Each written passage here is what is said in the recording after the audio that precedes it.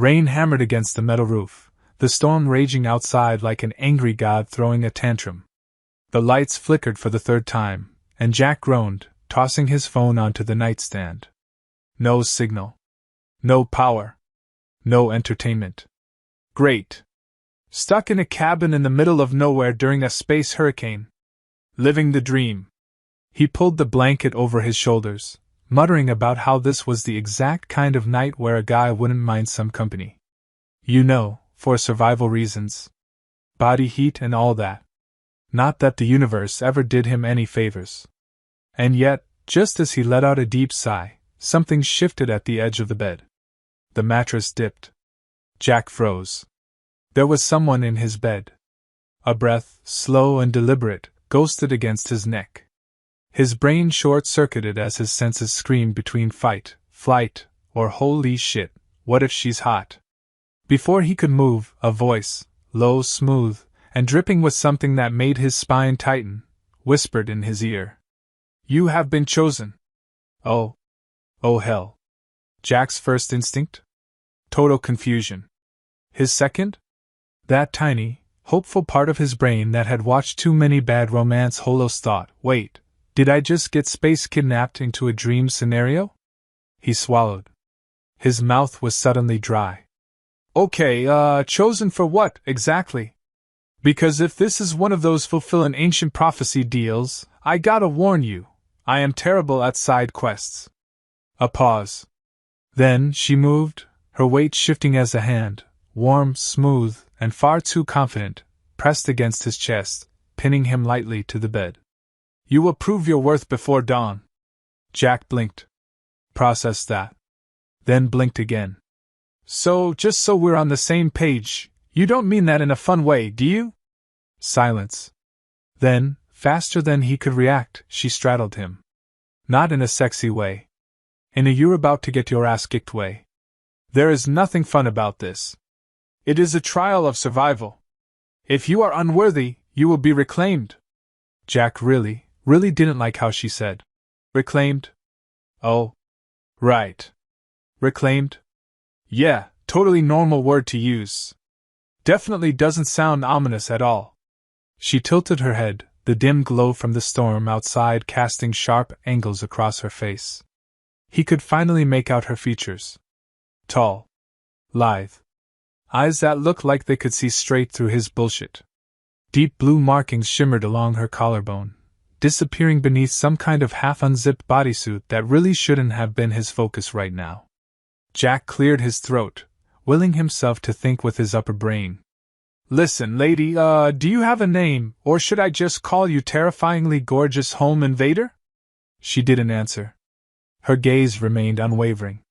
Cool, we'll circle back to that.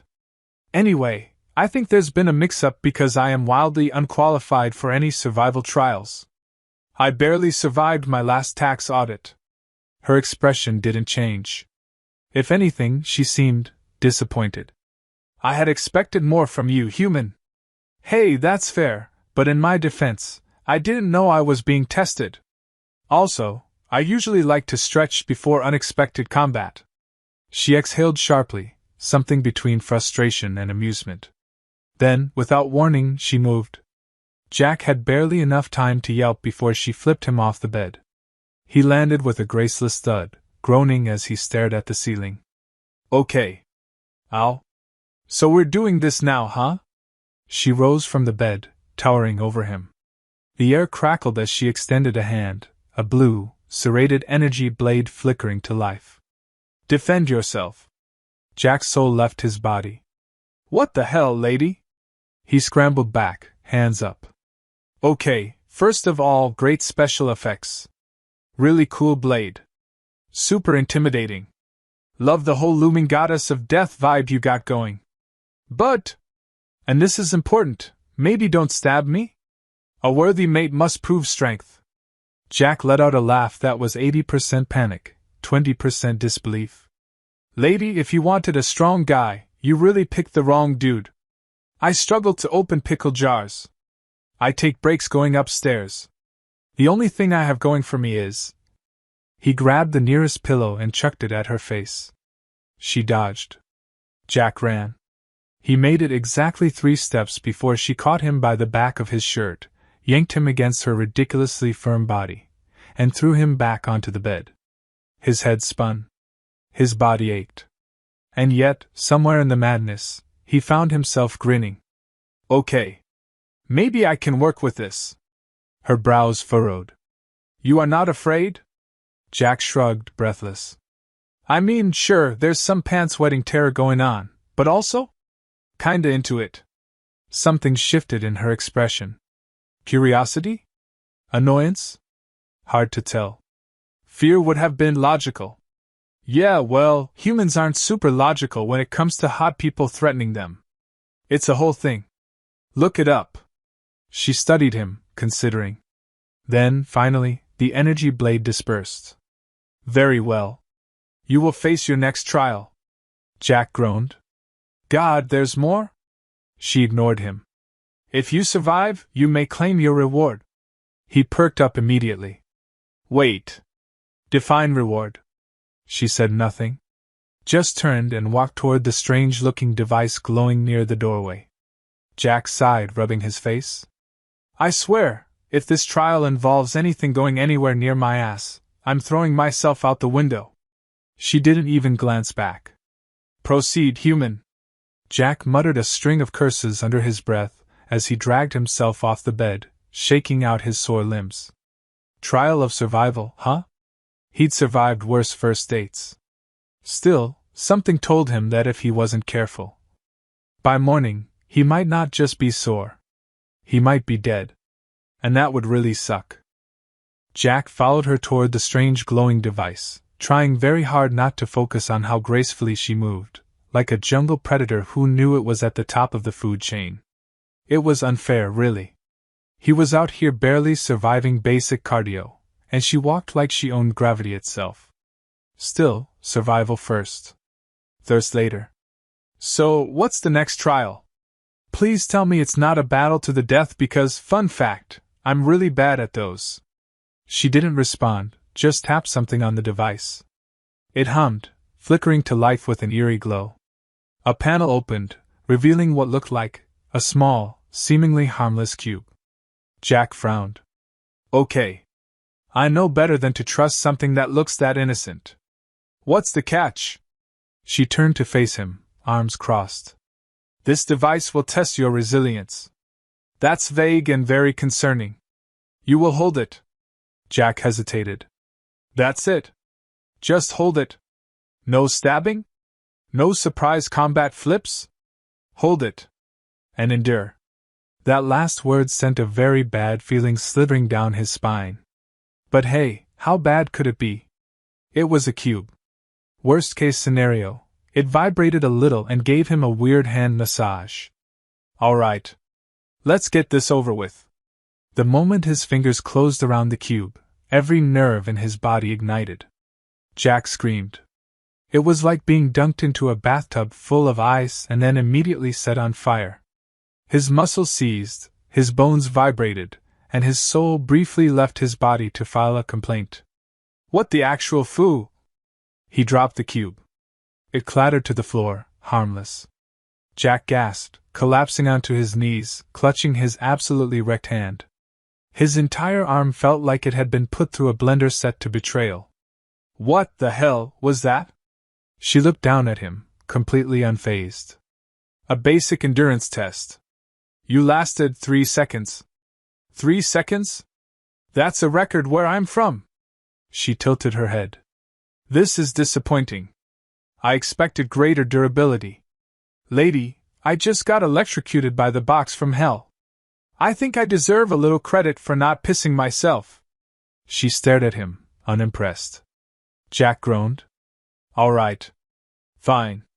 Let me guess. I gotta hold it longer, or I failed the trial, and your people reclaim me, which I'm still pretty sure is a polite way of saying space murder. She nodded. Jack wiped a hand down his face. Of course. Because that makes total sense. You know, back on Earth, we have a little thing called foreplay. You don't just electrocute a guy and expect him to perform under pressure. She blinked. You believe this is a mating ritual? It's starting to feel like one.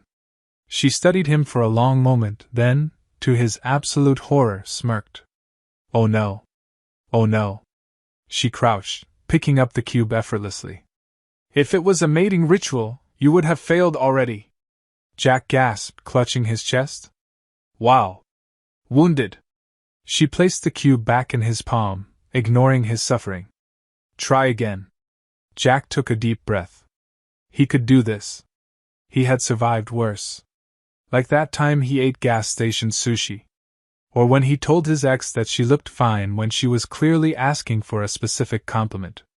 He was a survivor. He grabbed the cube. It hit him like 1,000 volts of bad decisions. Jack screamed again, thrashed, and somehow made it to 5 seconds before throwing it across the room. He collapsed, panting. I saw my ancestors. They were all shaking their heads. The alien woman sighed. Pathetic. Jack raised a shaky hand. Okay. Counterpoint, what if I compensate in other areas? She arched a brow. Such as? Jack sat up, grinning through the pain. Ever heard of human creativity? Her expression remained neutral. Explain. He picked up the pillow from earlier. What if, instead of holding the torture cube, I insulate myself from it? She crossed her arms, unimpressed. You seek to cheat the trial? Jack scoffed. Cheat is a strong word. I prefer strategic problem solving. She considered. Very well. You may attempt your solution. But if you fail, you will endure the full trial without assistance. Jack gulped. No pressure. He took a deep breath, wrapped the cube in the pillow, and held it. The charge buzzed through the fabric, less intense, but still a solid punch to the pain receptors. His arms shook, his fingers tingled, but he lasted 10 seconds. Jack dropped it, gasping. Ha! Double my time, baby! The alien woman actually looked mildly impressed. You adapted. Jack smirked. Damn right I did. That's what we humans do. We don't just suffer, we find workarounds. She nodded. Perhaps I judged you too soon. Jack wiped the sweat from his forehead. So what now? Did I pass? Her eyes gleamed. One final trial remains? Jack groaned. Of course there is. She turned, heading toward another section of the room. Follow me. Jack forced himself to his feet, praying the next trial didn't involve more near-death experiences. Then again. At this point, he was almost getting used to it. Jack followed her deeper into what he was now calling the space dungeon of bad life choices. His entire body still buzzed from the last trial, but he was determined.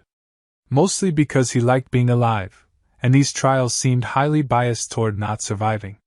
The alien woman stopped in front of a massive door. It slid open with a hiss, revealing a chamber filled with eerie blue mist. Jack frowned. Okay. This definitely looks like a place where bad things happen. She gestured inside. Your final trial awaits. Jack hesitated. You're not gonna tell me what it is first? She just stared. Jack sighed. Of course not. Because why make things easy for the stupid, fragile human? He stepped inside. The mist was thick, swirling unnaturally. The second the door shut behind him, a voice echoed around the chamber. Deep. Mechanical. Unnerving. Beginning final assessment. Subject human. Jack immediately panicked. Whoa, assessment. That sounds way more official than I'm comfortable with. The mist swirled faster. Jack braced, expecting another round of electroshock fun or maybe an alien jump scare. Instead, something materialized in the fog. A table. With a single chair. Jack blinked. Okay. This is unexpected. The mechanical voice continued. Final trial, the binding. Jack tensed. The what now? The mist shifted again. Across the table, something else formed, a contract. Jack immediately took a step back. Oh no. Oh hell no. The alien woman's voice crackled over unseen speakers. Sit. Jack crossed his arms. Look, if I've learned anything from life, it's that signing things without reading them leads to pain and regret. She responded smoothly. The trial must be completed. Jack sighed. Of course it does. He sat. The moment he did, the chair locked him in place. Jack yelled. Hey, not cool! The alien woman remained unbothered. The contract will test your ability to commit. Jack groaned. Oh, great. You're telling me this whole thing is a trust exercise? What next? A mandatory team-building retreat? The mist shimmered again, revealing an alien quill floating beside him. It dripped with an eerie blue liquid that Jack really hoped wasn't blood. The mechanical voice continued. Subject must sign. Failure results in immediate nullification. Jack frowned. I don't like how nullification sounds. Can we clarify if that means death or just, like, really strong disappointment? Silence. Jack gulped. Yeah. Thought so. He leaned closer, squinting at the contract. The writing was alien, shifting and warping, like it was alive. Jack groaned. This is a scam. This is some kind of cosmic-level prenup, isn't it? The alien woman spoke again. You wish to survive? Sign. Jack threw his hands up. I can't even read it. She was silent. Jack glared at the floating quill. For all I know, I'm signing up to be an alien husband, an organ donor, or, knowing my luck, both. The mist tightened around the room. The pressure increased. Jack exhaled sharply. Okay. Fine. You want to play this game? Let's play. He grabbed the quill. And instead of signing, he drew a giant, stupid-looking smiley face. The mist shuddered. The alien woman sounded almost stunned. What did you do? Jack grinned. If I'm gonna be forced to sign something, I'm at least making sure it's legally questionable. The contract flickered, the ink rearranging itself. The mechanical voice hesitated. Contract. Accepted? The restraints unlocked. Jack fist pumped. Yes. Loophole, baby! The mist vanished. The alien woman stood at the door, staring at him like he just kicked an intergalactic legal system in the crotch. Jack strolled out, victorious. I believe that's 3 for 3. Now, if you don't mind, I'd like a damn drink. She eyed him for a long moment, then, to his horror, smirked. You passed. Jack blinked. Wait, seriously? She nodded. You adapted. You refused to submit blindly. And most importantly, you proved you could navigate a binding agreement without succumbing to panic. Jack scoffed. Yeah, well, I once canceled a gym membership over the phone. That was way more terrifying. She stepped closer. Your survival skills are unexpected. Jack raised an eyebrow. Are you saying I'm impressive? She tilted her head. I am saying you are acceptable. Jack grinned. I'll take it. She nodded once. Then prepare yourself. Jack hesitated. For. Her eyes gleamed. For the next phase. Jack's stomach dropped. Wait. There's a next phase? Jack barely had time to process her words before the floor beneath him shifted. Not in a gentle way. In a holy crap I am falling again kind of way. Gravity flipped, and Jack plummeted straight down, only to land smoothly on his feet. No impact. No broken bones. Just an unsettling realization that whatever force was controlling this place had zero respect for his digestive system. Jack exhaled sharply. Okay. That was unnecessary. The alien woman descended gracefully behind him, completely unbothered by physics deciding to break itself. You've completed the selection trials. Jack crossed his arms. Cool. Do I get a survivor's badge or just lifelong trust issues? She ignored him. Now comes the integration process. Jack squinted. Integration into what? She stepped closer. Into our bond. Jack took a step back. Whoa, hold on, our what now? She blinked. You accepted the contract. Jack groaned. I drew a smiley face. She tilted her head. A signature is a signature. Jack ran a hand down his face. I knew I should have drawn something worse. The air hummed around them. Suddenly, the room pulsed, shifting from eerie blue to deep crimson. Jack tensed. Is red a good color or are you about to be sacrificed color? She remained calm. The bond finalizes now. There is no reversal. Jack held up his hands. Okay, that sounds suspiciously permanent. She ignored him. Again. Jack hated how much that was becoming a pattern.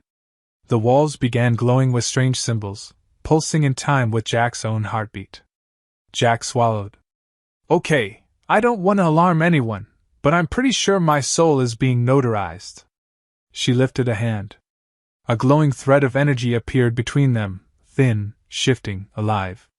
Jack pointed at it aggressively. What is that? She exhaled, almost impatient. The bond. Jack groaned. Yeah, you said that. Define bond. Is this like a gym membership contract, something I can ignore until it ruins my credit score?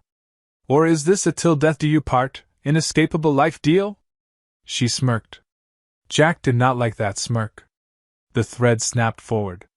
Before Jack could dodge, it wrapped around his wrist, sending a pulse of warmth through his entire body. Jack immediately panicked. Oh, hell no. You did not just tag me like a lost pet. She remained unbothered. It is done. Jack yanked at the glowing thread. It didn't budge. No. No. I did not agree to be some cosmic plus one. She watched him struggle, mildly amused. You literally signed the contract. Jack glared.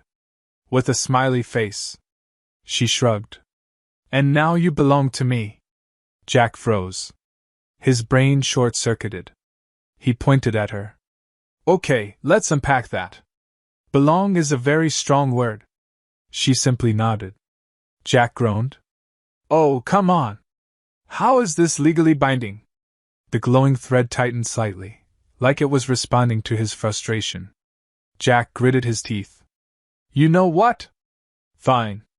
Fine. Let's say, for argument's sake, that I am, in fact, bonded to you. What does that even mean? She leaned in slightly, her otherworldly eyes gleaming. You are now my mate. Jack's entire soul left his body. I'm sorry, you're what? She blinked unfazed. Mate. Partner. Bound one. Jack put his hands on his head. No. No, no, no. That is not what I signed up for. She tilted her head. You passed the trials. You sealed the bond. Our fates are now entwined. Jack felt the energy thread pulse again. He whispered to himself. This is literally the worst way to get a girlfriend. She continued calm and steady. You will accompany me back to my people. There, we will complete the final step. Jack snapped his fingers. See? There it is. The fine print. What's the final step? Does it involve more shocking, falling, or contracts I don't understand? She gave him a long, unreadable look. The final step is consummation. Jack blinked. Then blinked again. His brain hit a full emergency reboot. Jack cleared his throat. I'm gonna need you to define that. Specifically. With zero room for misinterpretation. She took a slow step forward, towering over him. You will complete the bond. Physically. Jack laughed nervously. You mean like a handshake? A hug? She remained silent. Jack's voice cracked. Something more than that? She nodded once. Jack's soul screamed. Okay, hold on, aren't we moving a little fast here? She tilted her head. It must be completed within one planetary cycle. Otherwise... Jack gulped. Otherwise what? She considered. The bond will unravel.